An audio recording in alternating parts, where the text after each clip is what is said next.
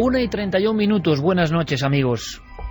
Desde luego que la actualidad tiene un sinfín de tentáculos. Están pasando muchísimas cosas. Los que hablaban de la clave del 11, no se equivocaban. A nivel sociológico, a nivel económico, a nivel político, todo está muy removido. Tanto que nosotros, ¿sabéis lo que hemos decidido? Casi guarecernos en nuestro pequeño cubil clásico. ¿Qué quiere decir esto? Pues quiere decir que hemos elegido un mundo que casi por fortuna se aparta de lo cotidiano. Un mundo que es eterno. Un mundo que nos habla de misterios genuinos, antiguos, o algunas cosas como las que vamos a contar hoy nunca son antiguas, sino siempre presentes. Podríamos empezar la introducción de este asunto, de este tema, de este dossier de esta noche, con muchísimas palabras, historias, clasificaciones, adjetivos. De la tabla, las letras y sobre todo de la ansia de comunicación con otras cosas superiores a lo humano por parte de nuestra especie, se ha dicho casi todo. Todo lo que diga yo es redundar. Así que, ¿por qué no empezamos con un caso? ¿Por qué no empezamos con un caso? Veréis, estamos haciendo un dossier porque en breve, en la televisión, en nuestro programa hermano o mayor, o como queréis llamarlo, resulta que vamos a hacer una especie de toma de postura o posición respecto a los diferentes estudios que hoy en día existen sobre la Ouija. Al decir Ouija, planteamos algo absolutamente familiar para la mayoría de los oyentes, estoy seguro, de cualquier edad. Pero ¿cuál es la edad de la propia Ouija? ¿Cuándo nació? ¿Qué está pasando ahora? ¿Sabéis que en algunos países de América, me refiero a América Latina, hay peticiones políticas de prohibición de la Ouija? Hay un estudio científico, por ejemplo, en otro de esos países, que nos habla de conexión entre suicidio infantil y Ouija. Pero cuánto mito y cuánta verdad. ¿Qué han llegado a saber nuestros investigadores, las personas autodidactas que han pasado décadas delante de ese tablero, entrevistando a personas? Hemos querido que nos cuenten cosas, que os cuenten cosas, y hemos querido incluso que rememoren algunas experiencias propias. Ya no es hablar del caso de no sé quién o el caso de no sé cuál, sino que los investigadores directamente nos revelen lo que les pasó en cierta sesión de Ouija, lo que ellos con sus ojos pudieron llegar a ver. Quizá con eso tengamos una opinión. Hemos lanzado una pregunta que luego haremos eco con ella para que nos deis un primer dato para el sondeo. Y tenemos buenos amigos, eso siempre. Pero, ¿por qué no empezamos con uno de esos casos personales? Hay uno, bueno, muchos, pero uno que me ha dejado asombrado. Esta noche es de asombro y de especial participación. Lo vais a entender enseguida. Mirad, Francisco Azorín es químico. Un químico que además está dentro del ámbito docente. Da clases a alumnos. Y desde hace 30 años ha investigado el tema de la Ouija, que no es tema fácil. Nada más cercano y más sencillo, para algunos más burdo, pero nada tan lleno de fenomenología. Toda fraudulenta, toda absurda, o hay alguna realidad que nos puede ayudar a comprender lo que ya hacían los antiguos con sus primitivas ouijas, la necesidad de conectar con el ultramundo, lo que se supone, lo que está más allá de lo físico. En el fondo la ouija no deja de ser una plasmación de ese eterno anhelo. Aunque, y también lo vamos a comentar, hay muchas veces más de las deseables en las que la operación sale mal, muy mal. Veréis, escuchad esta historia porque nos hace entrar en ambiente y por fortuna, mientras el mundo se desmorona o no, que espero que no, por supuesto, pero con toda esta agitación afuera, nosotros nos sentimos un grupo de amigos en el estudio 1, con esta penumbra, un café humeante, unos flexos que iluminan no mucho y la sensación de contar y aprender. Y eso es sentirse de alguna forma, en los días que corren, bastante protegido. Francisco Azorín, principios de los 80, estaba haciendo una ouija, que ya es curioso, con la que era su prometida. ¿Qué pasó? Lo cuenta él. Hicimos una sesión de ouija y nos salió una entidad que dijo que nos conocía. Esta entidad dijo algo muy interesante para nosotros. Dijo que Elvira realmente no era Elvira, era Jenny. Cuando le preguntamos que quién era Jenny, nos dijo que Jenny era María Eugenia. Entonces yo miré a mi novia en esa época y vi que se estaba poniendo roja, amarilla, verde y de todos los colores. ¿Qué es lo que pasaba? Pues que Elvira justamente es melliza de otra hermana suya que justamente le pusieron el nombre de María Eugenia. Claro, había una posibilidad, la posibilidad de que la muerta realmente, porque luego su hermana gemela a los pocos días murió, que la muerta hubiera sido Elvira y no María Eugenia, o sea que María Eugenia viviera. Bien, pues yo le dije, cuando Elvira me contó este dato que yo no sabía, yo le dije que no se preocupara porque en las sesiones de Ouija a veces salían entidades burlonas que nos pueden decir, pues entre otras cosas, muchas tonterías. Ella, no obstante, cuando llegó a su casa, francamente preocupada, habló con su madre y su madre dijo, tú no tienes por qué preocuparte, Elvira, porque yo estoy convencida de la que vive eres tú, la que vivía era Elvira y la que murió fue tu hermana María Eugenia. Bien, pues así quedó la cosa. ¿Qué ocurrió?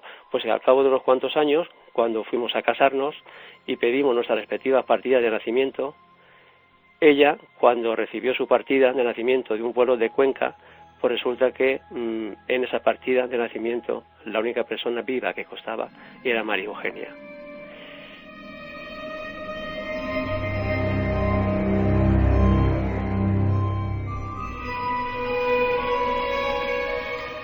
Santiago Vázquez, amigo, a veces la Ouija tiene estas sorpresas. Buenas noches, Iker, encantado de estar aquí. La Ouija nos sorprende una y otra vez, y lo que es más importante, que nos damos cuenta que hay una casuística enorme, abundantísima, y como acabamos de escuchar, muy interesante, que denota una inteligencia por parte de quien se comunica en esa sesión de Ouija. En este caso, Santiago, totalmente. Tú que llevas muchísimos años investigando este asunto y que eres de sobra conocido para nuestros oyentes, divulgando e investigando sobre todos los ámbitos de la parapsicología, hablamos de un químico, de un profesor, que desde luego, después de una experiencia así, y no me extraña, dedica o gira su vida, y aparte de las fórmulas químicas y la tabla de elementos y mil cosas, piensa que en esa tabla hay algo.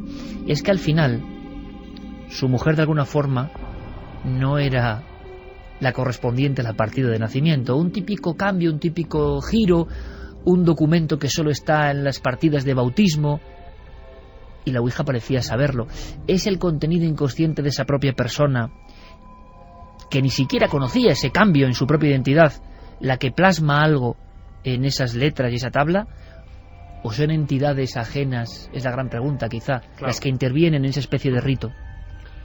Cabe las dos hipótesis, es decir, puede ser perfectamente un fenómeno de percepción extrasensorial, pero también puede ser que la causa que está provocando ese fenómeno tenga, en este caso, clarividencia, es decir, conocimiento de cosas ocultas.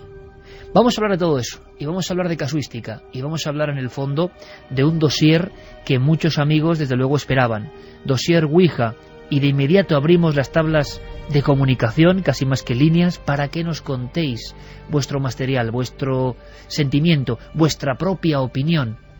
Yo creo que puede ser una noche, como digo, bien interesante.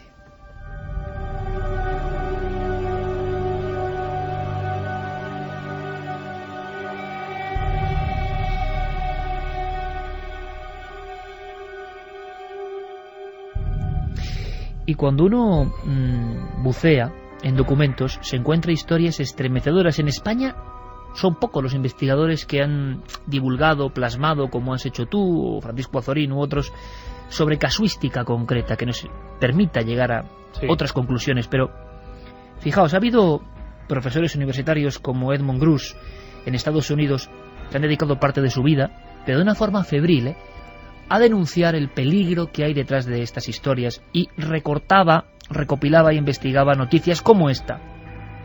27 de diciembre 1933, New York Times. En San Diego, California, el día 26, cifra la agencia de noticias la información, Ernst Turley, 46 años, oficial naval retirado, muere en el hospital naval, por las heridas de bala que le ha provocado su hija Mattie. La hija tiene solo 15 años. Hubo un testimonio en la corte de Arizona, corte juvenil destinada a este tipo de casos, año 33, repito, y informa de que la tabla Ouija fue la que le confesó directamente que asesinara a su padre para que su madre cumpliese su sueño de casarse con un joven vaquero de la zona. Ella en el testimonio que aparece en New York Times como juicio, declara: mamá le pidió la tabla que decidiera entre mi papá y su amigo, el vaquero. Como de costumbre, al principio, la tabla se movió alrededor sin significado. De repente deletreó que yo tenía que asesinar a mi padre. Fue terrible. Me estremecí. Mamá le preguntó a la tabla si el disparo sería certero y respondió que sí. Le preguntamos qué se debería usar en el asesinato y dijo, respondió la tabla, que una escopeta. Traté de asesinar a mi padre al día siguiente, pero no pude. Me puse nerviosa. Sin embargo, unos días después lo conseguí en el corral. Levanté la escopeta y apunté cuidadosamente entre los hombros, y de nuevo me puse nerviosa. Pero pensé en mi querida madre, y en todo lo que significaba para ella. No podía fallar. Mi mano temblaba horriblemente, pero levanté la escopeta, y tal y como dijo la tabla, disparé.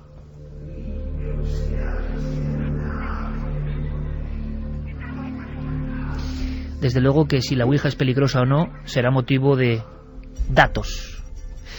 Datos importantes, los vuestros. Carmen, buenas noches. Buenas madrugadas, Iker. Has investigado mucho en los orígenes reales, entre tanto mito y tanta ficción y tanta realidad y tanta constancia de la tabla Ouija. Pero hemos lanzado una pregunta que creo que es clave y hemos hecho hasta, si me permitís, una pequeña porra o apuesta múltiple en el equipo. Una pregunta clave, fundamental hoy en día. Una pregunta a la que ya pueden responder nuestros oyentes en ikerjimenez.com. El debate de la semana en Milenio 3. ¿Has practicado la Ouija? Creo que muchos de los que estamos aquí hemos perdido, porque creemos que casi todos en la adolescencia hemos practicado la Ouija, ¿verdad? Pues no, el 67,5%, frente a un sí que ha votado el 32,5%. Santiago Camacho, ¿te sorprende? Sí y no, me sorprende porque pensaba que iba a salir el resultado más o menos al contrario. Pero luego pensando... Yo como poco, la verdad. Pero luego pensando que tampoco es que seamos una muestra específicamente representativa de lo que es la sociedad, pues a lo mejor entre la gente, entre comillas, más normal, no sea tan común el haber hecho la Ouija a ciertas edades. Pues me extraña mucho, Santiago, porque si sabemos algo, al otro Santiago se lo digo, es que hoy en día, en España, luego aprenderemos, en épocas de crisis, se incrementa el número de practicantes de la Ouija, de sesiones, de búsqueda de respuestas, de angustias personales. Pero si algo hemos sabido en los últimos años, y seguramente esté ocurriendo ahora, en algún lugar, en alguna cosa, ahora, a la 1:43 minutos, en algún sitio un grupo de personas, incluso de gran nivel cultural, se juntan en torno a un tablero y a un vaso o a una planchette buscando respuestas. Científicos y personas con la mente bien amueblada y nada dados al misticismo, que sin embargo sí que practican esto. Cierto, esto es algo desconocido, pero hay que decirlo, y llevas toda la razón. Es decir, que las prácticas espiritistas, si nos remontamos atrás en el tiempo, han estado integradas por grandes y eminentes hombres de ciencia. Esto es cierto. Y también es cierto que actualmente ocurre... Yo conozco casos, tú conoces casos, conocemos casos de personas muy cultas, muy preparadas, muy versadas, que practican de vez en cuando este mal llamado juego de la Ouija, porque tenemos ansias de saber. Es decir, yo creo, Iker, que eso es inherente en el ser humano. Es decir, las ganas de conocer lo que puede haber, como hipótesis, claro está, lo que puede haber después de la muerte, qué nos espera, qué hay ahí, sinceramente apasiona y despierta este interés. Pero claro, tenemos la otra cara de la moneda, y la otra cara de la moneda, como sabemos, es que entraña sus peligros y no son pocos. Además, con la Ouija hay una cosa que con respecto a otro tipo de fenómenos, otro tipo de prácticas, no podemos saber, y con la Ouija sí. Podemos saber cuánta gente la practica y podemos saber cómo se incrementa o cómo desciende su práctica. Porque al ser un juego, un tablero, que es marca registrada de una determinada firma juguetera, cuyas ventas están perfectamente cuantificadas, sabemos, por ejemplo, que ahora mismo, sobre todo desde el 2001 a esta parte en Estados Unidos, estamos viviendo una de las épocas doradas de la Ouija en ese país. Épocas que coinciden siempre con los momentos en los que hay, sobre todo, una guerra. Las guerras en Estados Unidos, todas, la primera, la segunda, la guerra del Golfo, Vietnam y ahora las guerras de Afganistán e Irak, han disparado porcentualmente de una manera muy significativa las ventas de este tablero. Qué o curioso. periodos de crisis económicas, los cracks, también en los cracks económicos las ventas de Ouija se dispararon precisamente para preguntar qué se tenía que hacer, dónde se tenía que invertir y dónde no. Pues teniendo esto claro, primero, por supuesto, vías de contacto para que nuestros amigos nos envíen su casuística, si es posible su propia casuística, su experiencia personal, agradable o desagradable con este tablero. Pues abiertas las líneas de contacto, milenio3 con número, @cadenaser.com, www.cadenaser.com, para que nos dejen los mensajes segundo a segundo. Y también tenemos La Nave del Misterio, tanto en Facebook como en Twitter. Thirst es la película que sorteamos esta noche, 3 DVDs, Iker, de un sacerdote que parece que también investiga estos mundos ocultos. Muy bien, pues hacemos una cosa más, 1:46 con Noel Calero en los mandos de La Nave de los Misterios Sonoros, con Carlos Largo, que luego nos va a traer un par de casos para quedarnos mudos, de verdad, con otro profesor en la provincia de Sevilla. Qué importante y qué símil, ¿no?, con Francisco Azorín, otro profesor, José Luis Hermida, que trabaja con los jóvenes, que recibe sus casos, que está al cabo de la calle de lo que está pasando ahora mismo, y algunos son dignos de una película por desgracia de terror. Nos lo va a contar en unos minutos. Vamos a hacer una cosa importante. Buscamos experiencias personales, experiencias que a los propios investigadores, a pesar de su coraza, les dejaron pensativos. Y esas experiencias hicieron que dedicaran años de su vida a investigar. Quizá luego tienes que contarnos cosas tuyas, Santiago. Y ahora enseguida vamos, si es posible, hagamos una especie de teletipo o de recuerdo para tener todos los datos de qué demonios, para algunos, o ángeles, no lo sé, es esto. ¿Cuándo surge de verdad esto? Porque se ha dicho mucho y a veces mucho equivocado. Experiencias como cuáles. Bueno, Clara Tahoces, nuestra compañera grafóloga, psicografóloga y redactora de Más Allá, una muchacha siempre, lleva muchísimos años interesada en estos temas, pero ¿cuál fue el chispazo, el momento en que ella dijo, uy, aquí hay algo? Pues fue hace muchos años, como ocurre muchas veces en tiempo de instituto, y nos lo contaba así. Yo misma he participado en algunas sesiones de Ouija, y en una de ellas sí que puedo comentar que, nos reuníamos un grupo de personas, esto habló hace mucho tiempo, cuando yo estaba en el colegio, y casi todas las semanas practicábamos la Ouija. En el mismo colegio, en las instalaciones que había, que era como una especie de aula donde se practicaba la química, ¿no? Pero en determinado momento, en una de las sesiones, que fue un poco detonante de que se dejaran de practicar, porque la gente se asustó, ocurrió que en un momento determinado la luz se encendió sola. Y yo puedo asegurar que el interruptor no estaba al alcance de ninguno de los presentes, sino que estaba pues en la pared, nosotros estábamos sentados en una mesa, y pues se encendió sola, y en ese momento alguien tuvo la ocurrencia de decir que si estás aquí, lo que sea, manifiéstate, ¿no? Y lo que ocurrió fue que la puerta se abrió sola. La puerta era una puerta como de estas de los del oeste, ¿no?, que se abren, digamos, como si fuera, tú pegas un empujón y la puerta se abre, ¿no? Pero lo curioso no fue que la puerta se abrió desde fuera hacia adentro, es decir, como si alguien que estuviera afuera la empujara, sino que se abrió desde dentro hacia afuera, es decir, delante de todos nosotros. La puerta hizo un movimiento contrario al que, si hubiera estado alguien detrás de esa puerta, podría haber hecho. Y sin embargo lo hizo, ¿no? Esto, pues claro, se asustó todo un mundo muchísimo y salió corriendo. A veces parecen anécdotas, sustos infantiles, pero condicionan toda una vida, incluso en los investigadores, en las personas que luego han pasado años intentando saber qué. Hagamos historia de este tablero, e incluso mucho antes de ser un tablero. Sí, que es mucho antes, porque se utilizaba ya en Egipto una piedra que al parecer tenía varios símbolos alrededor, era circular, y mediante una especie de anillo también de piedra que era colgado de un hilo, ese anillo se iba moviendo por encima de los símbolos, y parece que esa tabla, en este caso de roca, pues iba dando esos mensajes. Después, en el 540 a.C., Pitágoras también la utilizó. Decían que era una muy grande. Se ponía en el suelo los diferentes símbolos y esa especie de tabla con ruedas, así la describen en algunos textos, acudía hacia esos símbolos, y Pitágoras los interpretaba como mensajes del futuro, incluso diciendo quién serían los próximos gobernantes.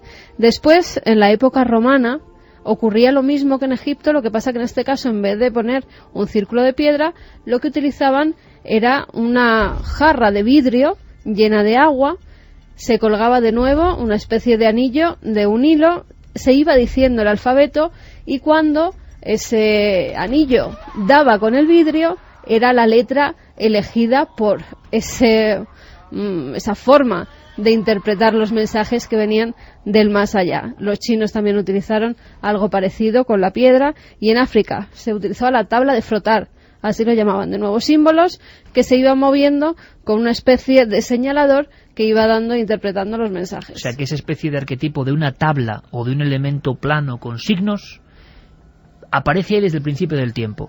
Pero, ¿y la tabla? Es decir, hay muchas historias, leyendas negras, además, inclusive, sobre ese objeto que Santi ha comentado que está patentado por cierta marca de juguetes. Parece que hay una historia incluso de muertes internas, como no podía ser de otra forma, ¿no? Como si el mal fario, de alguna manera, acompañase a la Ouija desde siempre.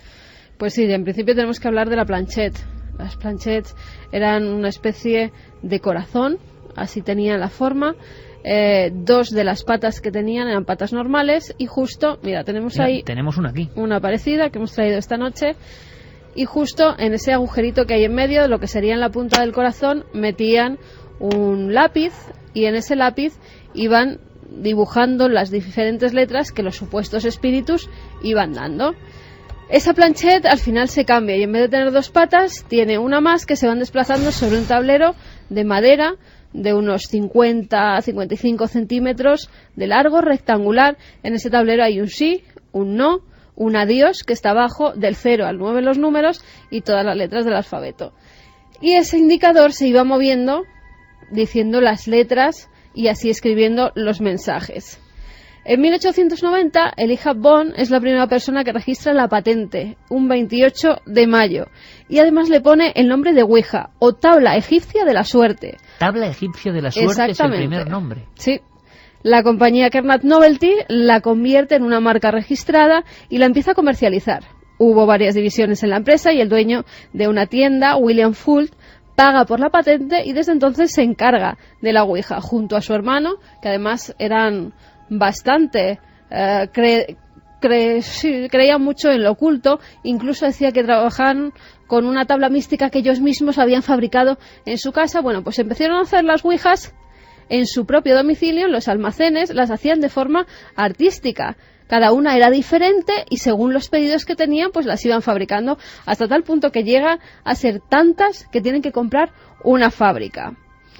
Tienen varios nombres en esa época. La llamaban tabla bolo, tabla oriol, tabla embrujada, tabla parlante, hasta que ya empiezan a ponerla de verdad Ouija en esas especie de cajas en las que eran metidas, y empiezan a distribuirlas. Compran una fábrica bastante grande, pero claro, antes lo tienen que consultar con la Ouija. ¿Tendremos suficiente dinero para pagar esta fábrica y a los empleados? Y la Ouija dice que sí, que además con este invento van a hacerse millonarios.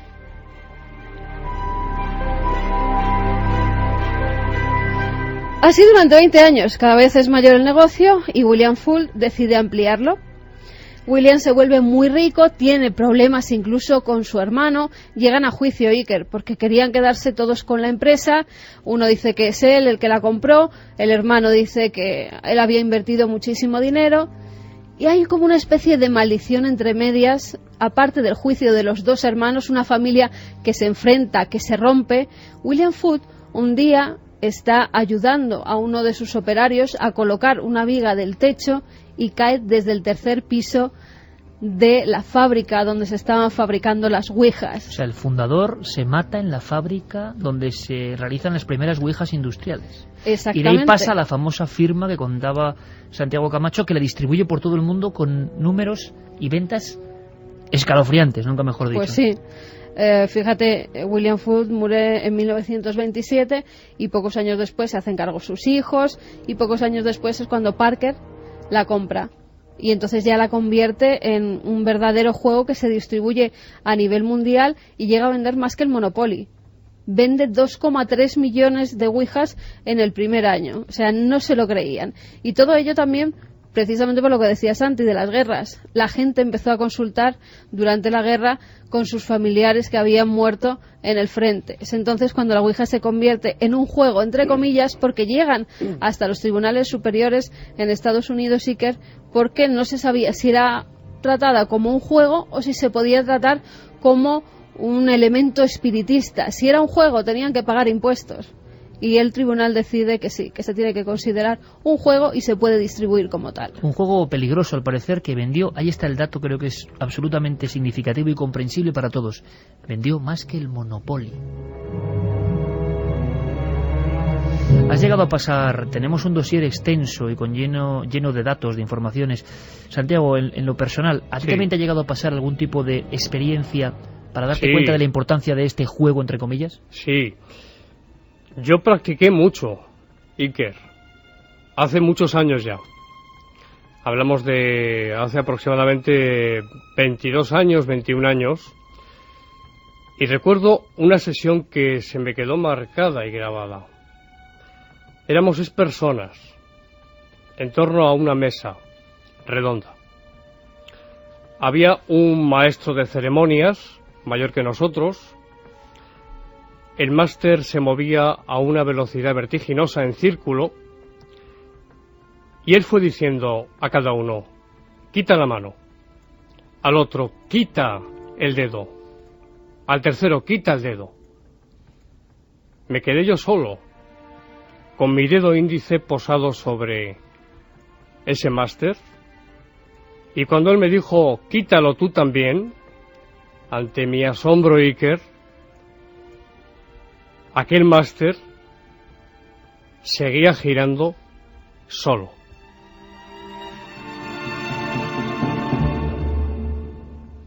¿Y qué siente el que va a ser futuro investigador en ese instante que solo puede analizarse desde la perspectiva de lo absolutamente privado? Asombro, perplejidad. No das crédito a lo que estás viendo. ¿Cómo es posible que ese máster, esa plancheta, se esté moviendo en círculo a esa velocidad, sola? Sin dar ningún mensaje, Santi, directamente. En esta ocasión no. Simplemente giraba en torno a ese tablero. Y además a una velocidad vertiginosa.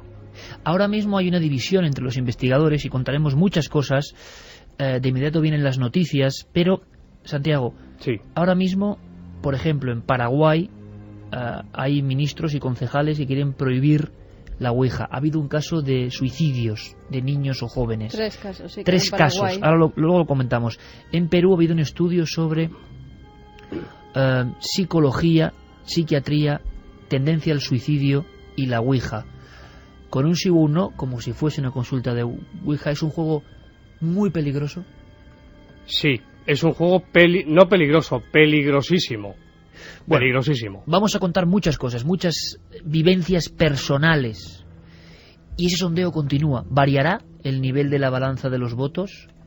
¿Qué nos contaron nuestros amigos investigadores que han pasado de eso, de analizadores y divulgadores de un fenómeno, a vivir ellos cosas? Pocos instrumentos como la Ouija para generar no sé bien qué, pero que lo han vivido personas honestas. Por lo tanto, merece toda nuestra atención. Dossier sobre lo más oscuro de la Ouija, porque nos interesan además esos casos que, porque a veces hay evidencias de ellos, tuvieron graves problemas. Ahora las noticias del misterio en la SER. Y continúa el dossier, por supuesto.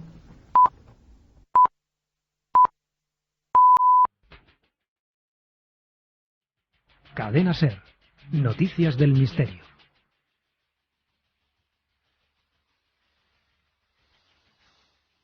Comenzamos las noticias del misterio revelando un enigma, el del magnetismo de la Luna. Cuando los astronautas del Apolo trajeron a la Tierra muestras de rocas lunares, los científicos que las analizaron se sorprendieron al ver que algunas de ellas eran magnéticas. Alberto Jiménez, director del Observatorio El Castillo de Borovia, en Soria, nos habla de esas rocas. Estas rocas tenían un norte magnético y un polo sur, es decir, la Luna tenía un pequeño campo magnético. ¿Pero por qué eran magnéticas estas rocas lunares? Bueno, se midió el campo magnético de la Luna en 4 alunizajes del Apolo 12, la 15 y la 16, y además estos 3 experimentos indicaron variaciones en el campo magnético de la Luna. Ahora se han publicado en la revista Nature 2 teorías que podrían explicar este misterio. Por una parte, la científica Christina Dwyer propuso que en lugar de estar alimentado por el calor como en la Tierra, el campo magnético de la Luna podría haber estado dirigido por la agitación física de su núcleo líquido. Hay un segundo estudio. Lo que plantean estos investigadores es que los impactos de grandes rocas espaciales al estrellarse contra la Luna han cambiado su velocidad de rotación, provocando el movimiento diferencial entre el manto y el núcleo. Y viajamos hasta Perú, donde se ha descubierto a un jerarca guerrero moche. Los restos pertenecen a un joven de unos 25 años que habría vivido hace 1400 en el complejo Huacarrajada, en Sipán. El cuerpo fue hallado con una máscara de oro, una corona, 2 orejeras, 2 narigueras y una porra. José Manuel Novoa, de Explora Films, que se encuentra excavando en la zona, nos habla de esta tumba y de los anteriores descubrimientos. Que esa tumba 15 y esa tumba 16 que se acaban de descubrir pueden ser acompañantes del gran señor, que puede estar un poco más al oeste, en la propia pirámide. Pueden ser acompañantes, o sea, quiere decir que puede ser parte, no tumbas independientes, sino parte de la gran tumba que está por descubrirse, que sería el primer gobernante, el fundador de la dinastía Sipán. Y en Alburquerque hay verdadero pánico por unos ataques de aves gigantes que se llevan produciendo desde hace varios meses. Los vecinos creen que se trata de búhos gigantes que han atacado tanto a perros como a personas. Ya no dejan a sus mascotas fuera de casa por las noches, ya que en una de las jornadas un perro de 6 meses desapareció del jardín de sus dueños. Cindy Hamel, una vecina de Alburquerque, nos habla de esos avistamientos. Lo hemos visto en 3 o 4 ocasiones, era muy grande. Un día estábamos andando y de repente pasó muy cerca de la cabeza de mi marido. Tenía unas grandes alas expandidas, era un búho enorme. Pero ella no ha sido la única persona. El pasado agosto María dejó a sus cachorros de 6 meses en el patio antes de irse a dormir, pero dice que cuando volvió a recogerle había desaparecido. Piensa que era demasiado grande para el búho, por lo que le dejó caer. Unos vecinos encontraron los restos de sus mascotas 2 días después. Y esta semana en nuestro país se ha producido una noticia que ha conmocionado a todo el mundo. Un padre ha decapitado a su hija de 18 meses porque el demonio se lo había ordenado. Los hechos se produjeron en una vivienda de Gerona, mientras su otra hija de 6 años veía la televisión.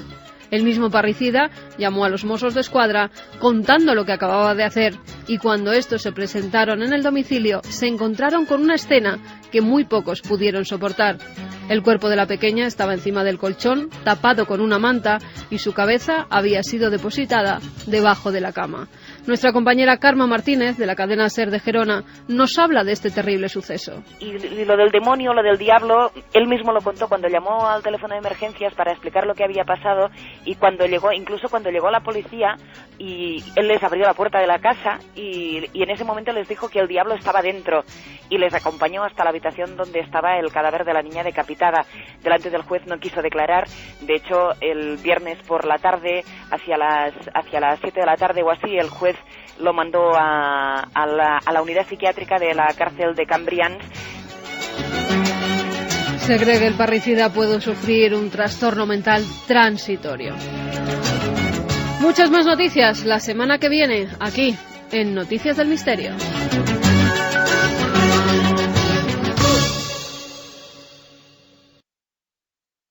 Oye, ¿de dónde has sacado esto? Lo he encontrado. ¿Dónde? En el armario. ¿Has estado jugando con él? Sí. ¿Cómo se juega? Te enseñaré.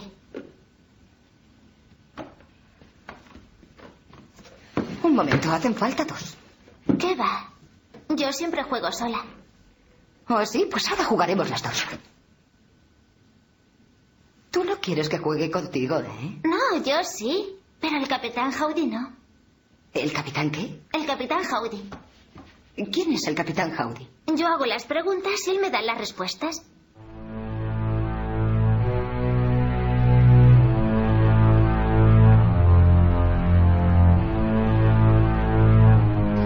Dos y 5 minutos. Esto, por supuesto, es Milenio 3 en la cadena SER. ¿Queréis hacer este dossier con nosotros? Dossier sobre los aspectos más oscuros del más célebre juego, mal llamado juego de la Ouija.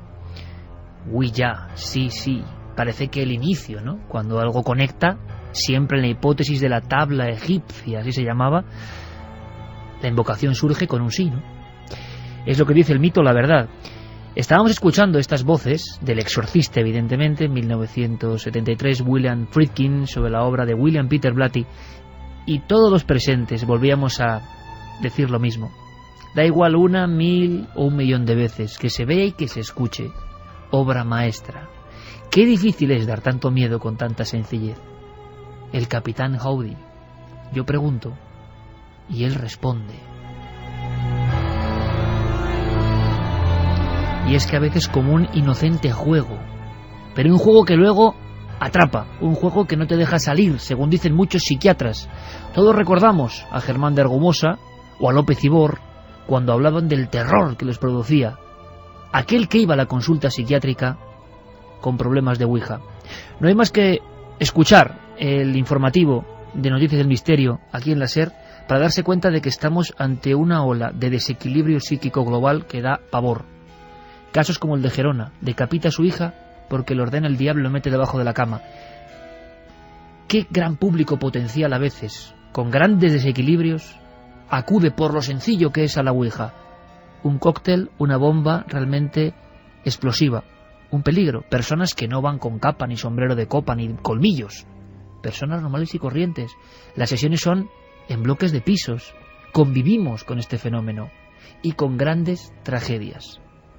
Por supuesto, hoy no solo podéis preguntar,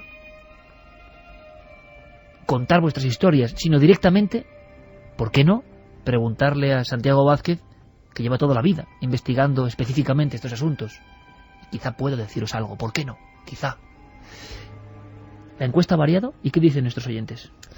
Pues vamos con la encuesta, pueden seguir votando en ikerjimenez.com. ¿Has practicado la Ouija? Sí, 35,4%, no 64,6%. Sigo igual de sorprendido, de verdad. ¿Eh? Sí, yo pensaba un 70% que sí, sinceramente. Sí, yo también. Vamos con algunos mensajes. Maritrini casi que me alivia, perdón, pero casi que me alivia. Sí, mejor. Mi hermana hizo la Ouija y mi hijo estaba presente. Era pequeño, empezaron a preguntar y la Ouija le decía sin mente, sin mente. Y era por mi hijo, se lo tuvieron que llevar. Juanma desde Huesca dice, no sé, yo creo que es algo sugestivo. Para mí es algo que no tiene mayor relevancia. Todo depende de cada uno, aunque pienso que todos los casos que han ocurrido son ciertos. Pero como digo, son sugestión. A mí, yo en este caso sí que digo, añado simplemente a la sagrada opinión del oyente que relevancia importante cuando ha habido tanta muerte, tantas historias hiladas del principio del tiempo en torno a esta comunicación, ¿no? Antonio nos decía, unos amigos hicimos la Ouija, nos salió algo maligno que nos descubría secretos muy íntimos de cada uno.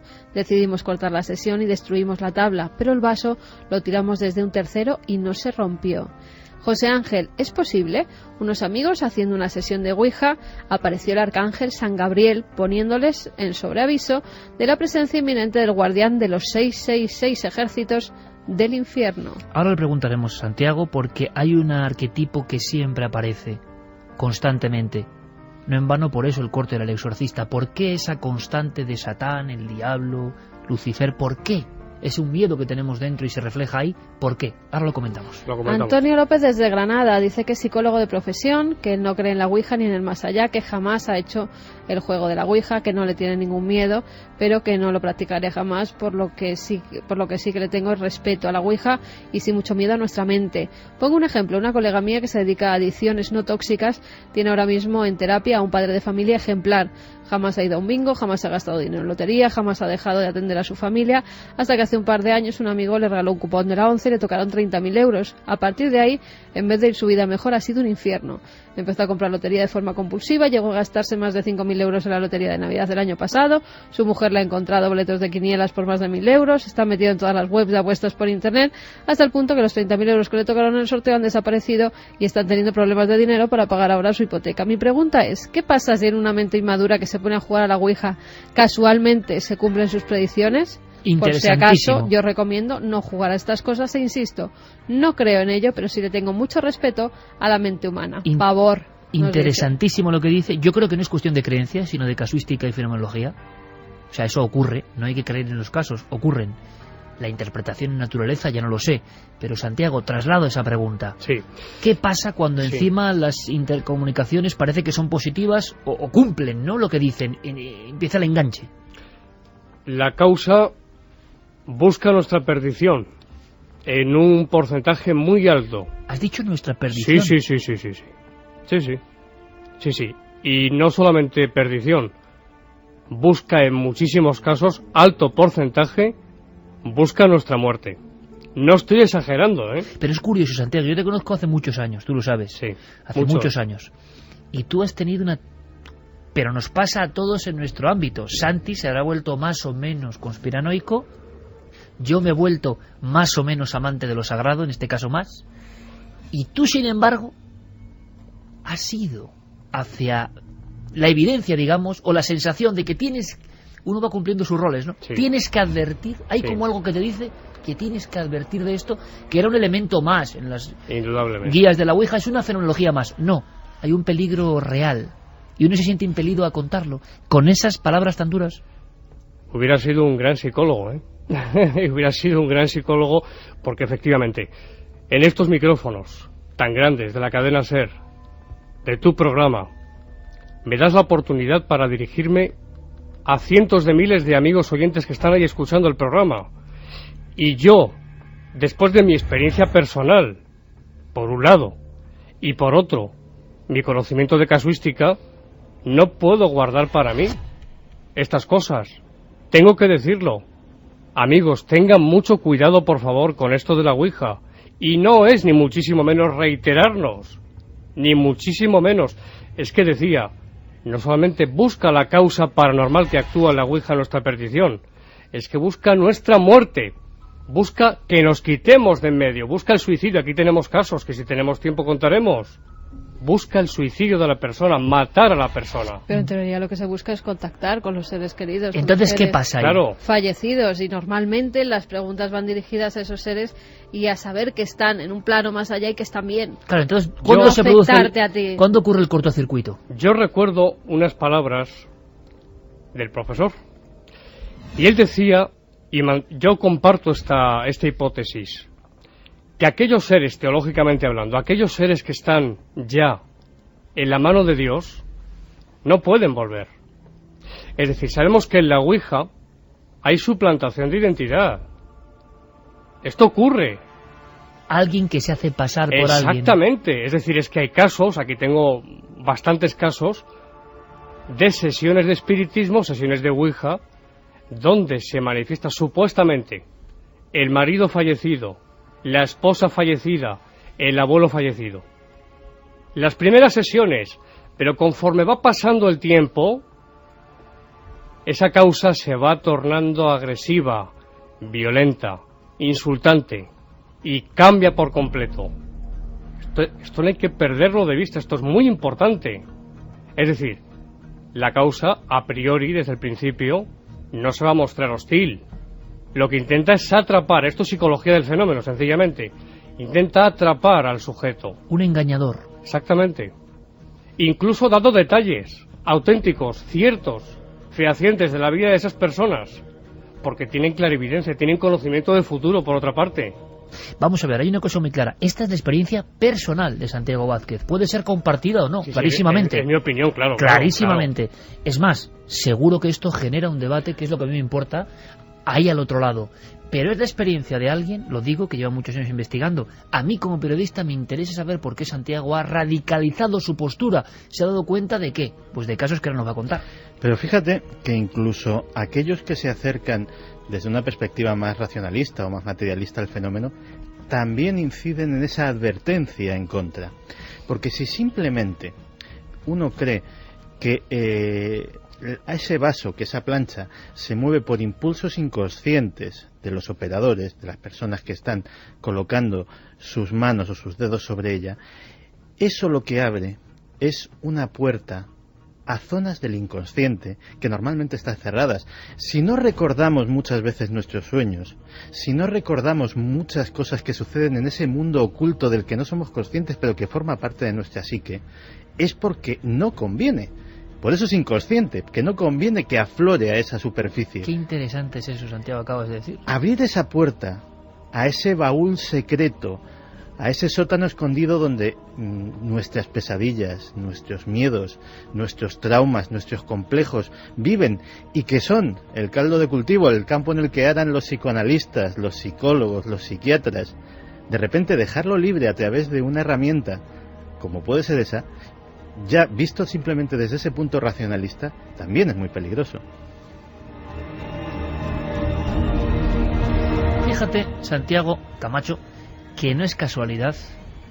Yo, por ejemplo, hoy he sabido, y bien lo puedo decir, Carmen, hoy he sabido y he aprendido yo, que siempre intento aprender cosas, que cuando aún no hemos nacido, fijaos lo que os voy a decir, ¿eh? Claro, son cosas que saben los especialistas, pero que se pierden.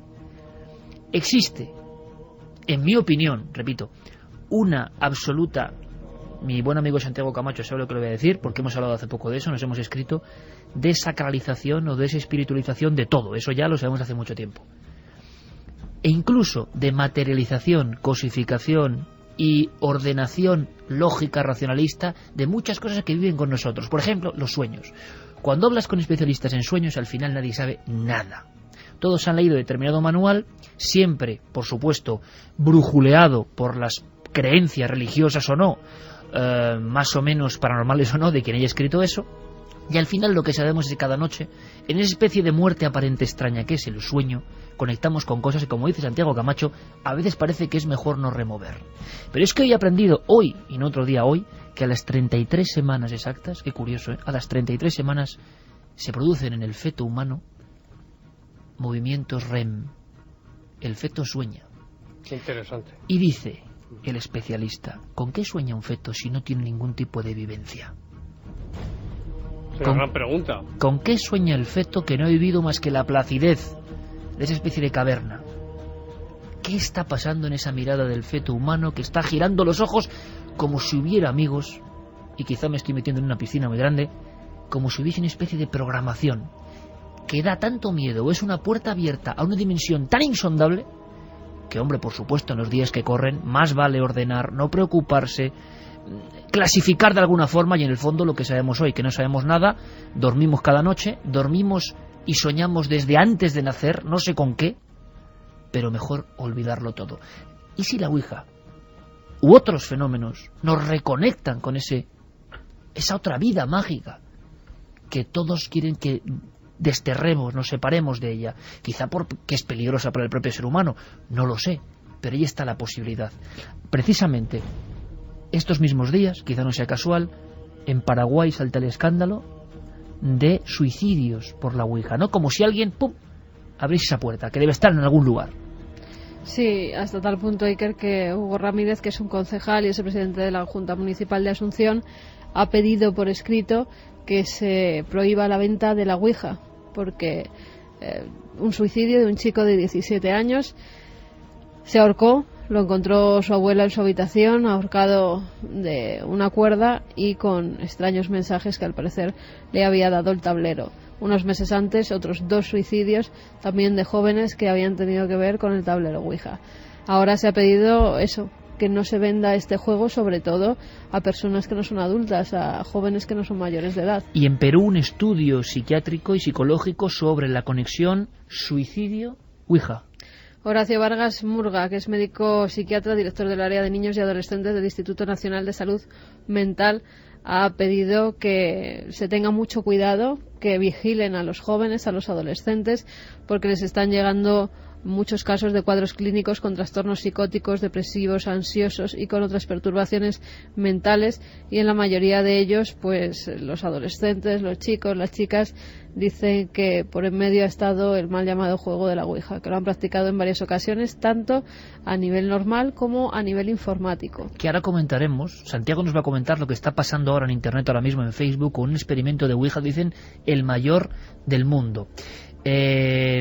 Todo tipo de historias, también envueltas de mitos, porque claro, lo que pasa a nivel tecnológico, vaya usted a creérselo o no. Es decir, juegos, invocaciones y un sinfín de historias que luego nos contará Santi. Lo que no es juego, y crees que cada vez más gente lo está practicando a través de Internet, este juego de la Ouija, que ya ha habido casos incluso en locutorios en los que los jóvenes han caído en un estados histéricos, se los ha tenido que llevar de allí y han visto que en la pantalla estaban practicando el juego de la Ouija. Vayamos con casuística, y Santiago Vázquez que hace una gran labor y que a través de su programa Más allá de la realidad, de una forma muy personal, hay que decirlo, de una forma muy personal, y todo lo que es personal pues es lo que tiene de fantástico, puede gustar más o menos, pero es personal, y con esa vinculación a advertencia. ¿Por qué? Porque ha habido casos que casi te han herido, ¿no?, y los has conocido. Vamos a hacer una cosa, escuchamos brevísimamente a Sol Blanco Soler, conocido de todos nosotros, Grupo EPTA, porque nos abre la puerta precisamente ese tipo de casos. Cuando la cosa empieza a ir mal. Mal porque es nuestra mente quien nos autoagrede y nos conduce hacia una ventana o hacia una muerte. ¿Cómo hace la Ouija para, como ha afirmado Santiago Vázquez, que es una palabra muy dura, y habrá gente que esté de acuerdo y que no, para intentar nuestra muerte? ¿Cómo es posible eso? Bueno, escuchamos. Yo viví junto con el padre Pilón en los comienzos de nuestra asociación, podríamos decirlo así, de un grupo de chicos y chicas de un instituto que acudieron allí a los jesuitas y que verdaderamente estaban tan chocados, tan influenciados, tan dramáticamente afectados por una ouija que habían hecho en el instituto, que presentaban unas patologías muy considerables. Incluso nosotros vimos en los brazos unas dermografías, es decir, como si les hubieran hecho arañazos o lesiones. Ellos mismos decían que les había salido Satán en la ouija. Estaban muy afectados. Incluso López Ibor decía siempre que su consulta estaba llena de personas que inadecuadamente habían hecho una ouija. Por lo tanto, yo es un instrumento que no lo recomiendo y que, se mueve el vaso, no se sabe exactamente si se mueve por la influencia de los inconscientes de las personas presentes, o también los espiritistas aseguran a pies juntillas que la ouija siempre la mueven los espíritus. Te digo esto porque al no saber exactamente cómo se produce ese fenómeno, siempre puede llegar a ser un arma de doble filo. Bien, Santiago, y cuando el arma de doble filo, indudablemente se convierte en un cuchillo afilado, pero en una sola dirección, la del daño. ¿Has conocido casos, decías, en España y recientes de esto que nos llega, por ejemplo, de América, y que yo sé que parte de la audiencia dice, bueno, América, claro, tantos miles de kilómetros, a veces equivocadamente piensan creencias más ancestrales, y no hace falta más de conocer bien América Latina, por ejemplo, para saber que hay cosas calcadas o gemelas a las nuestras. No, y no solo eso, no hace falta más que hablar con psicólogos y psiquiatras de este país y ver cómo las consultas están llenas de gente que está practicando, que el fenómeno es igual. La ouija. ¿Qué pasa, Santiago? ¿Qué casos podrías comentarnos como que te dejaron pues precisamente pues para esa labor que comentábamos antes de advertencia? Bueno, antes de contar estos dos casos, sí quiero decir, Iker, que ocasionalmente es posible que nuestros seres queridos puedan aparecer, pero muy puntualmente. Esta es mi visión personal. Es una conclusión final. El caso de María, voy a llamarla María aunque no se llama así, pero para preservar su identidad. María comienza a hacer la ouija frecuentemente. Después de varias sesiones de ouija, comienza a recibir mensajes telepáticos. Este es un dato importante, mensajes telepáticos. Ella me decía, acudían a mi mente, contenidos mentales, órdenes. Pues bien, mensajes telepáticos de alguien que la cita en la ouija, que le dice que haga la ouija. María empieza a contactar diariamente, con una entidad que en principio dice haber muerto. Era un hombre. Tiempo después empiezan las amenazas. Si no acudía diariamente a hacerla, le decía acabaría con ella, y es cuando le dice que está hablando con Satanás. Yo decía antes que la causa al principio se muestra amable y luego se torna muy negativa y muy agresiva. María estuvo cerca de 10 años haciendo la ouija casi diariamente. 10 años. Pasado un tiempo de empezar con el maldito juego, enfermó. Le fue diagnosticada una esquizofrenia paranoide y tuvo varios intentos serios de suicidio, de los que afortunadamente se salvó de la muerte. La gran pregunta, Santiago, que todo el mundo está haciendo es: ¿la esquizofrenia previa al juego o el juego desencadena tal cortocircuito mental que lo provoca? Yo creo más bien que, si bien es posible, no lo descarto, que pueda estar en potencia, pero yo creo más bien que es la Ouija, la causa paranormal, quien desencadena este trastorno. Y termino. Empezó a ser atormentada por diversas voces, a tener horribles pesadillas, a no poder dormir. Y aquí viene la segunda parte y lo más gordo. Empieza a blasfemar, a experimentar una profunda aversión hacia todo lo que sea sagrado. En mi opinión, es altamente probable que nos encontremos ante un verdadero caso de posesión diabólica. Y lo digo por los síntomas que he observado. Ella me decía: Santiago, me decía textualmente, por favor, líbrame de los demonios, me decía ella. Yo he querido ayudarla, pero es imposible. Está tan arraigado en ella lo que esté actuando, lo que sea. Siempre, ya sabes que no podemos salir de las hipótesis, en fin, pero lo que está actuando ahí no le permite salir. Su vida es un auténtico infierno y era una chica normal. Además es muy guapa, es una chica guapísima, pero se da también la transfiguración. Hablando con ella a veces se le transfigura el rostro. Es un caso realmente tremendo. En fin, podría añadir muchos más datos, pero creo que este ejemplo... Es un ejemplo, digamos, de otros muchos casos que ocurren, que pasan. Vamos a hacer una cosa. Voy a pedirle a Carlos algo, nuestro compañero, que entre raudo y veloz. Él ha podido hablar en estos minutos, además, precisamente mientras elaborábamos el programa, paralelamente con otro profesor de instituto, José Luis Hermida. Carlos prácticamente me ha apuntado a vuela pluma los casos. Yo me he quedado bastante impactado, porque son casos recientes, casos donde se llega, y me da igual que el origen lo pongan en las oscuridades y neblinas de la mente humana, que en una causa exógena. Si el resultado es ese, ¿qué más da que el demonio está dentro de nosotros que fuera? El demonio, lo maligno, pero desde luego transforma la vida de las personas, domina a las personas.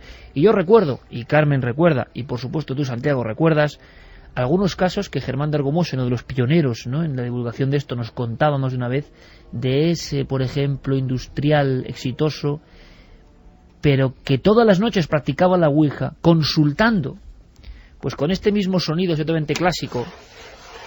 Sí, mira, este es el sonido de la Ouija, ¿no? Ese es el sonido, sí.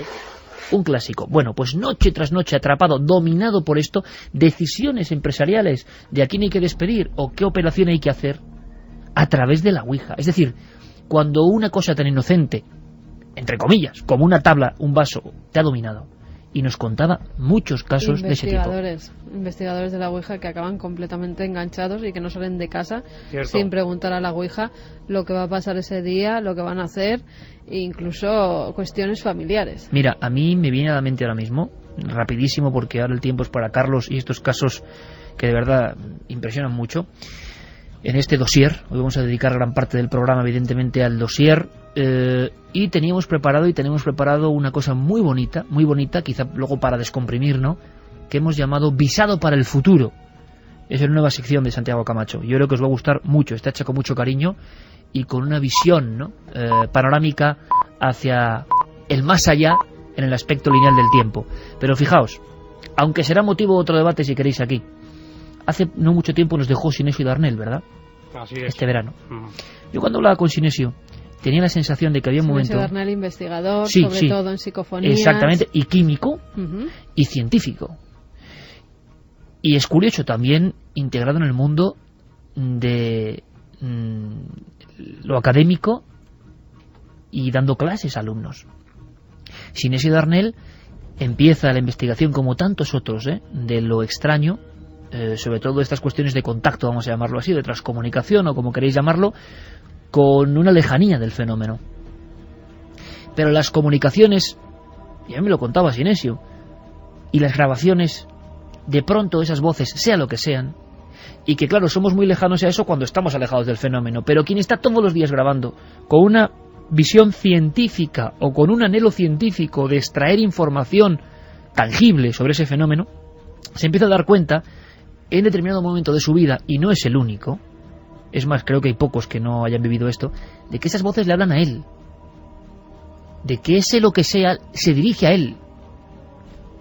Hay un momento en que se ven atrapados por esto.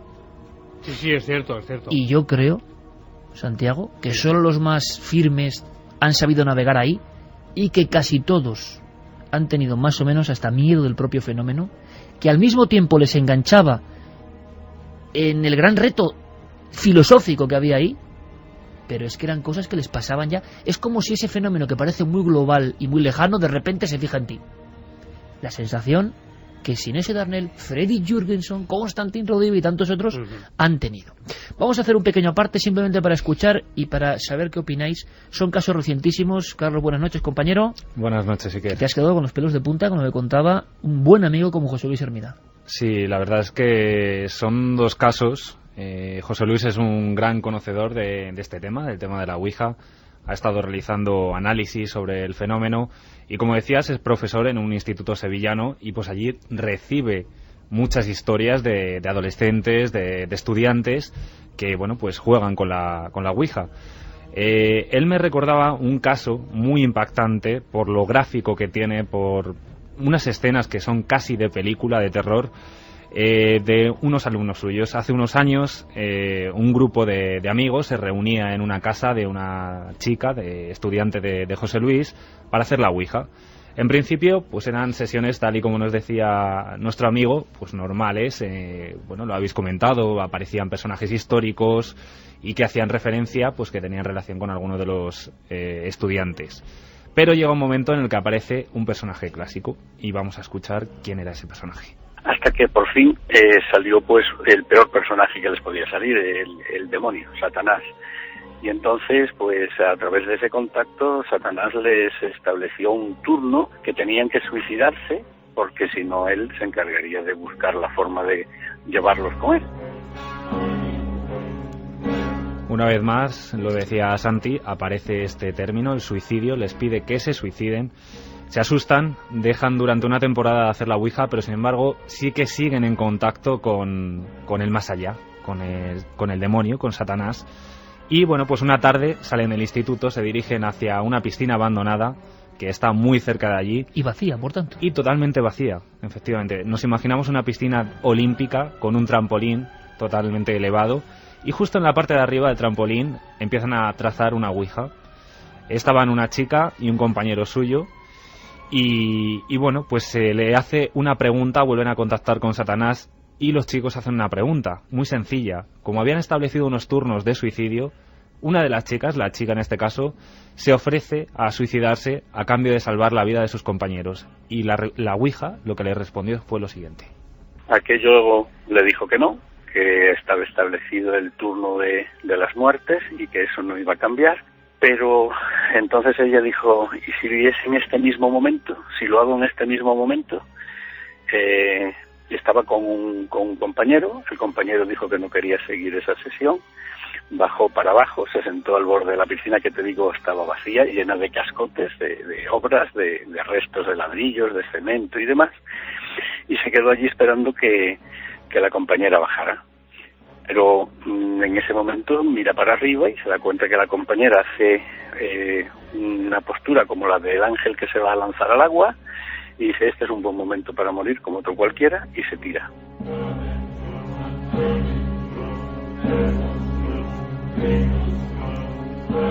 Es terrible la escena, terrible imaginarse cómo esa chica decide lanzarse a una piscina vacía completamente y llena de escombros. Como es normal, el compañero pensó que había muerto al instante, pero tuvo suerte. La chica cayó sobre un neumático, rebotó, se hizo unas cuantas magulladuras, se rompió una pierna, la mandíbula también. También un elemento más, tuvo suerte que dos ATS estaban cerca jugando un partido de frontón, les atienden y bueno, pues la terminan llevando al hospital. Pero es que aquí no acaba la cosa. En el hospital acaban sucediendo fenómenos más extraños.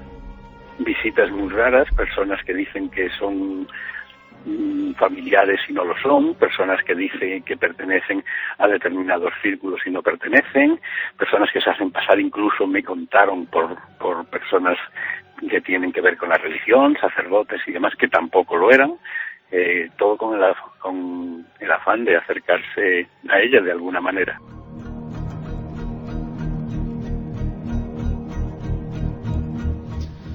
Tenemos este terrible caso que nos contaba José Luis. La escena que estábamos viendo con la fuerza de la radio, que es que no tiene las imágenes, y estaba pensando, yo no sé si queréis opinar algo, ambos Santis, Carmen, yo no sé qué hay aquí. Hay personas que pueden, como esbozando una sonrisa de suficiencia, bueno, son cosas de la mente, jolín, y no saben ni de qué es la mente, ni por qué la mente hace eso, y no saben nada de nada.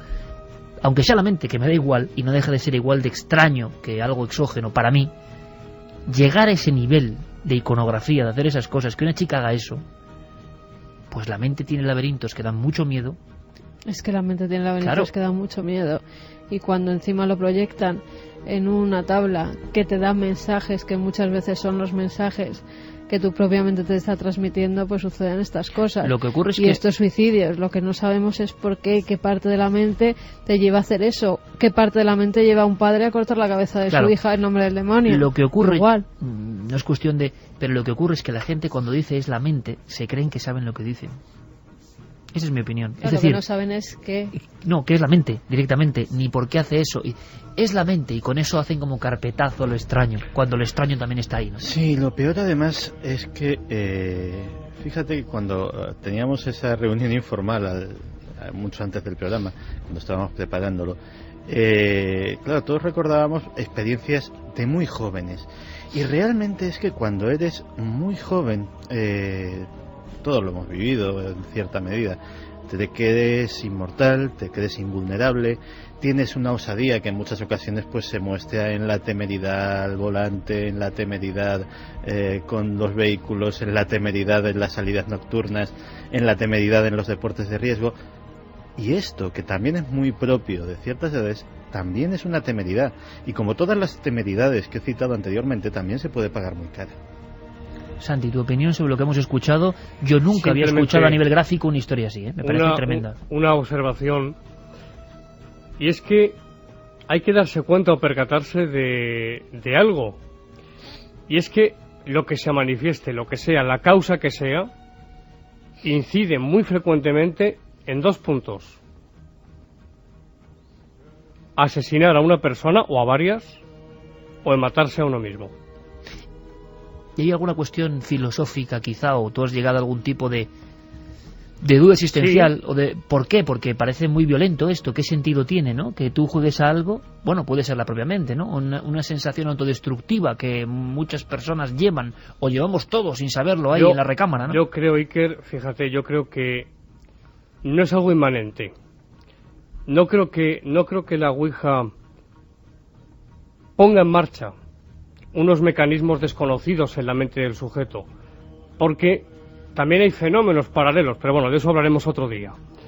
No, hay una causa que es ajena a la persona y que incide, lógicamente, desde un punto de vista afectivo, emocional, mental, espiritual, para que realice las peores obras que un ser humano pueda realizar: matar a una persona y matarse a sí mismo.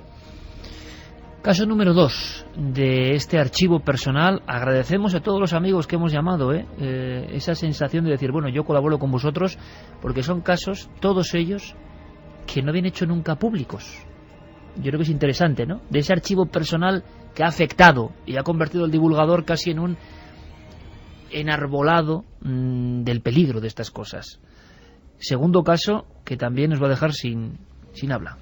Y tan personal porque José Luis participó en primera persona en estas sesiones de Ouija, que bueno, pues una pareja entra en contacto con una pareja que hacía de forma frecuente estas sesiones de Ouija, intentaban contactar, pero esta vez no era un contacto con el más allá, era el contacto con unos supuestos seres superiores que iban a llegar un día determinado, a un lugar exacto. Otro gran clásico, ¿no? La Ouija para conectar con enviados, extraterrestres, cosas extrañas. Y además, un lugar que les habían definido muy claramente. En dicho kilómetro, giráis a la derecha, habrá una cueva, habrá una higuera, y allí nos veréis pasar.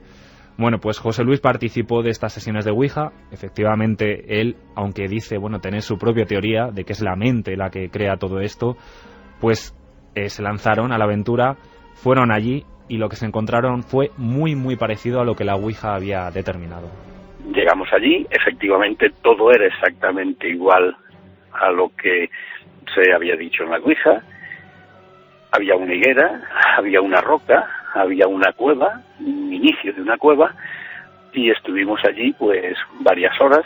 La verdad es que no vimos nada, vimos si acaso un punto o dos pasar, que se podían identificar perfectamente con satélites, y cuando regresamos otra vez a Sevilla, este matrimonio volvió a preguntar qué era lo que pasaba, y les contestaron que que había sido una prueba más, que no habían podido ese día acercarse porque habían tenido una serie de problemas, y que llegarían en cualquier otro momento y que volverían a avisar cuando llegaran. Una primera cita que nunca tuvo lugar, fueron a su encuentro, pero sin embargo estos seres superiores pues pidieron una especie de disculpas a través de la Ouija. Pero este matrimonio siguió y siguió, y las cosas fueron en aumento hasta una escena que es muy, muy gráfica, igual que la que escuchábamos antes de esta chica, de un matrimonio esperando la muerte. Sí, hubo un momento que ellos estaban convencidos de que esa noche iban a morir, porque la Ouija les había dicho que la gran prueba para reunirse con esas entidades superiores que se comunicaban con ellos a través de la Ouija era la muerte, y entonces la aceptaron y salieron a la calle para no quedarse en su casa, salieron a la calle a pasear esperando que en cualquier momento se produjera ese suceso. Afortunadamente no se produjo, y cuando volvieron a casa, la pregunta obvia a la Ouija, ¿y por qué no? Esta era la gran prueba. No hablamos de personas particularmente enloquecidas o con atuendos extraños, hablamos de un matrimonio normal por las calles de Sevilla. Y que llevar a su propia hija con familiares temiendo de que ellos iban a morir. Convencidos de lo que el tablero les decía. Y una vez más es curioso, da igual la carcasa o la careta o lo que se manifieste ahí, siempre en la privacidad de las personas que acuden a este juego o no juego. Eso en un momento dado parece que les pide un sacrificio. Cierto. Voy a contar muy brevemente, porque es breve, el caso de Silvia Iker. Es un caso que yo conocí y que terminó trágicamente.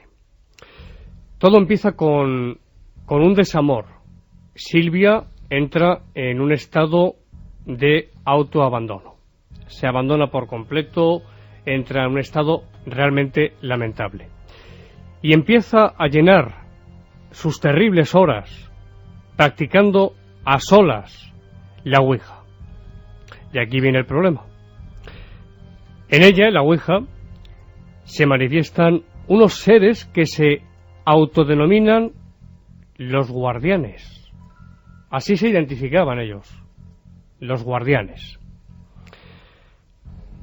¿Quiénes eran? Estos le dicen insistentemente que no le merece la pena vivir y que se reúna con ellos. Se suicidó. Voy a omitir la forma en que lo hizo. Casuística que existe, que está ahí, que hemos conocido incluso en libros de corte ufológico, muchas personas que han entregado su vida.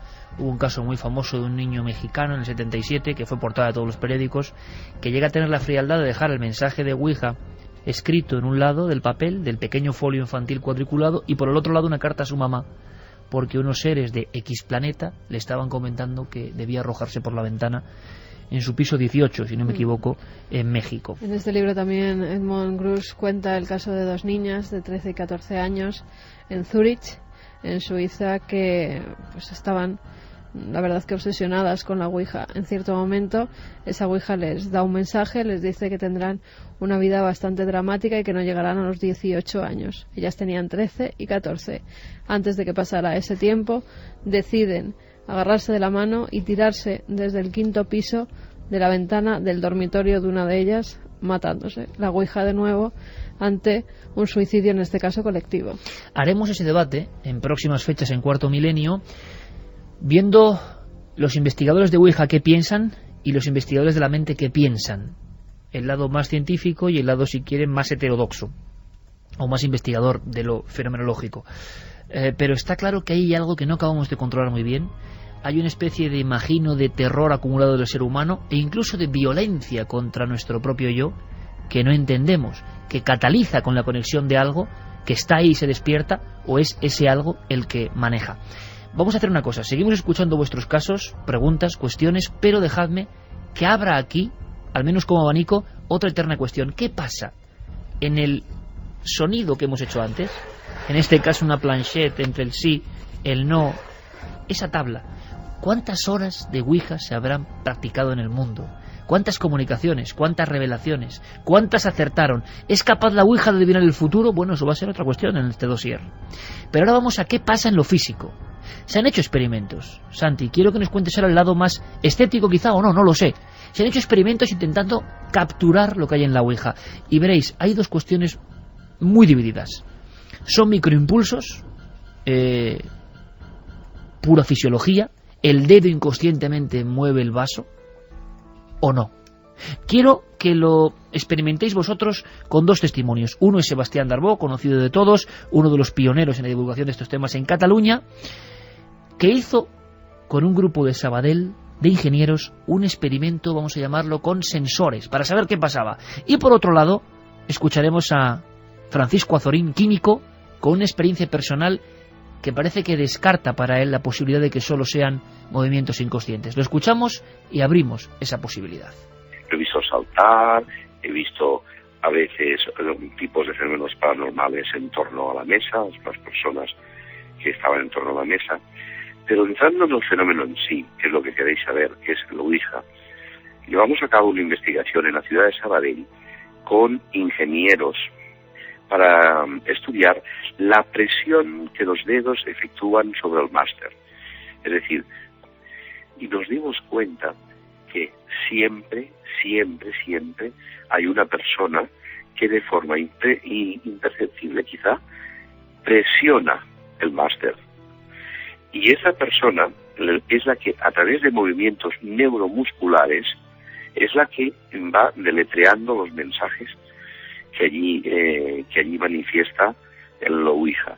Entonces, puedo asegurar que el vaso o el máster nunca se mueve solo. El mensaje que lanza sí que es paranormal el mensaje, porque le preguntan cosas que un vaso no tendría por qué saberlo, pero la persona que efectúa el experimento puede recibir una transferencia telepática de cualquiera de las personas que se encuentran en el ambiente, en el lugar, y ese conocimiento de tipo extrasensorial lo manifiesta a través de esos movimientos neuromusculares y el vaso se mueve. Cataluña, sin duda hay que decirlo, sobre todo fue en los años 70 un vergel de investigación, es verdad, de grupos que llevaban a la electrónica, a lo físico, para saber, y me parece muy loable y muy interesante. Todo eso se perdió un poco, pero había experimentos, en este caso sensores, y Sebastián nos contaba, creo que es muy interesante, en España nos ha comentado mucho, la experiencia de alguna forma de saber quién empujaba más. Ha habido otras experiencias.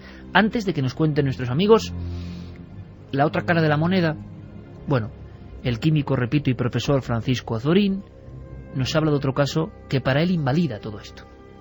Conocimos a una señora en Alicante porque resulta que su hijo, un hijo a la que ella quería mucho, llamado José Jaime, había muerto en un accidente de tráfico. Y cuando nos las presentaron, nos propuso hacer una sesión de Ouija porque ella estaba convencida de que su hijo seguía viviendo en otra parte y quería conectar con él. ¿Qué pasó? Que ella pues le estuvo preguntando unas cuantas cosas íntimas de la familia, particulares, y supuestamente su hijo le iba contestando, y ella cada vez pues se estaba poniendo más nerviosa de ver que le estaba contestando cosas que ella las consideraba correctas, o sea, verdaderas. Pero constantemente le estaba diciendo: José Jaime, hijo mío, dame una prueba definitiva de que eres tú, de que tú estás aquí. Dame una prueba, así con voz un poquito entrecortada y entre suspiros, sollozos, etcétera. Y recuerdo que pasó una cosa escalofriante. Yo le había dicho que para mayor afinidad nos sacara una foto de su hijo José Jaime, una foto bastante grande con un marco bonito, y la tenemos apoyada allí en la mesa. Estaba fuera del tablero de Ouija, pero para que todo el mundo viera la foto de ese chico y pudiéramos concentrarnos en él. Pues bien, lo que pasó es que hubo un cierto momento en que se hizo un silencio increíble y el vasito, cuando nadie no lo podíamos esperar, se desplazó por el aire y se estrelló contra la foto de José Jaime, del hijo de la señora esta. Se cayó el cuadro, no se rompió el cristal, pero prácticamente se quedó un poquito desencajado el marco. Bueno, esto he sacado a colación este caso para terminar diciendo lo siguiente. Esa teoría que existe de que el vaso se mueve mediante microimpulsos, bien de la medium o de alguno de los participantes, no siempre es así. Hay veces que el vaso se mueve con tal velocidad lineal, con tal velocidad angular a veces, dando vueltas, que los dedos y la mano pierden contacto con el vaso. Ahí no puede haber microimpulsos de nadie.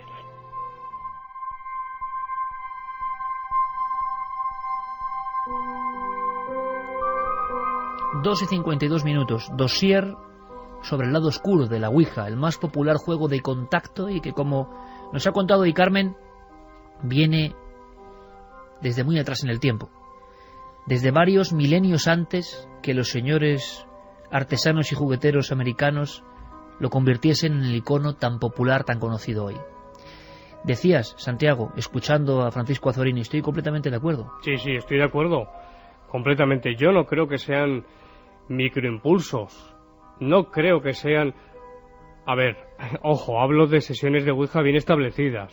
Cuando el fenómeno se da, cuando se contacta con algo realmente.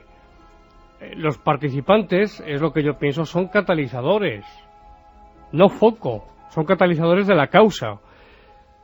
No mueven el máster, ya que es imposible, esta es una reflexión en voz alta, aunar 6 o 7 voluntades al mismo tiempo y además dar paso a fenómenos paranormales paralelos. Que ahora vamos a comentarlos después en Claro. el dossier. Y que tenga coherencia el mensaje. Y que tenga coherencia, claro. Claro, y de eso se ha hablado mucho.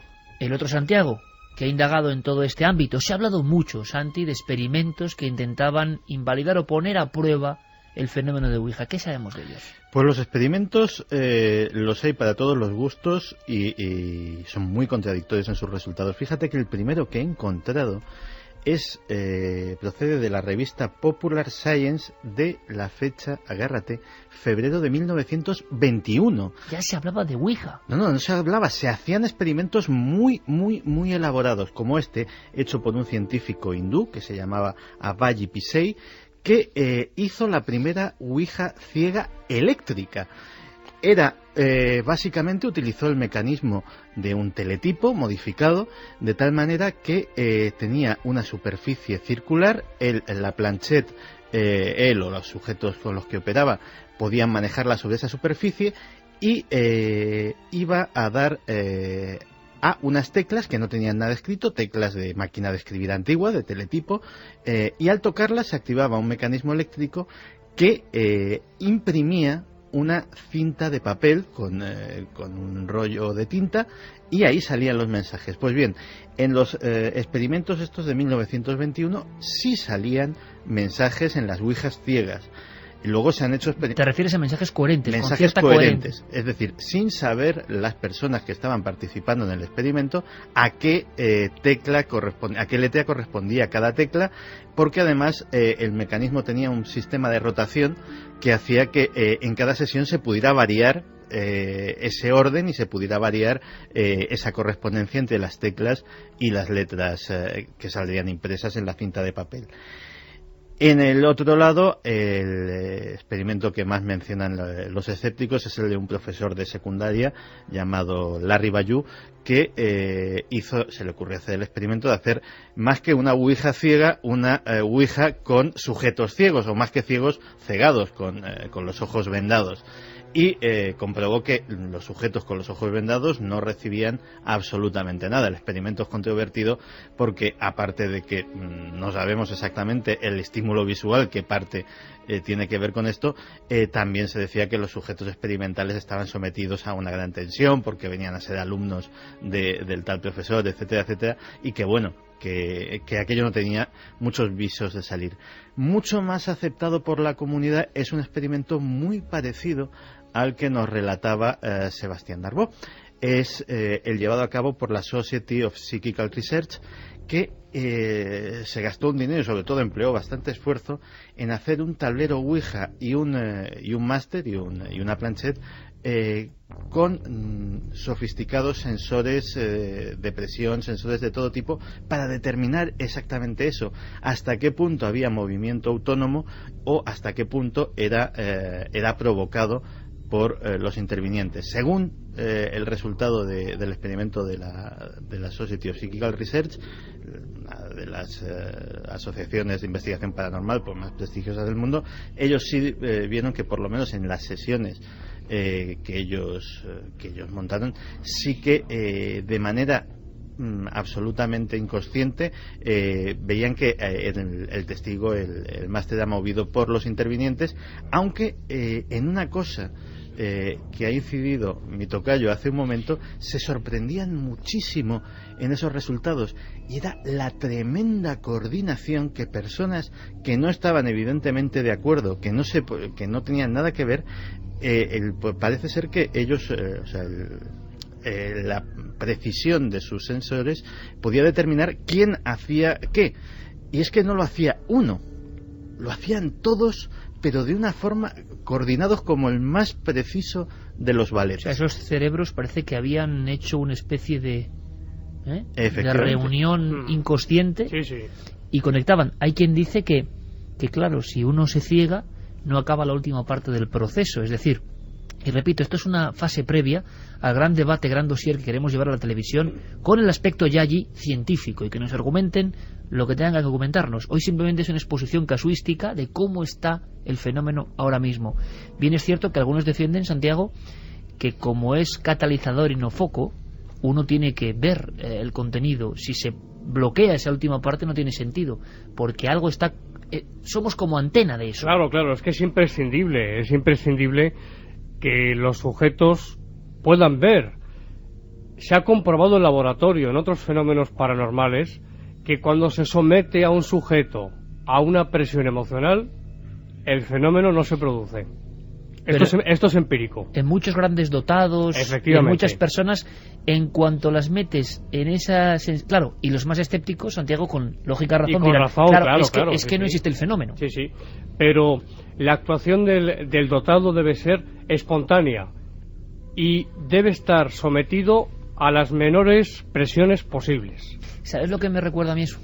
¿A qué? Pues fíjate, cuando te dicen en determinado lugar la gente del pueblo ha visto una especie de sombra que cruzaba la carretera, o una serie de alaridos, de lamentos, y nosotros vamos con toda nuestra buena intención, cartografiamos todo eso con cámaras, nos llevamos el mejor aparataje del mundo, sensores, pero el fenómeno no le da por salir, porque sale cuando le da la gana, cuando quiere, y no precisamente cuando tú quieres capturarlo con un método científico. Ahí está la duda. Vamos a continuar, porque creo que el tema lo merece, que el tema es apasionante, con vuestras preguntas, vuestros casos. ¿Es capaz este tablero tan inocente?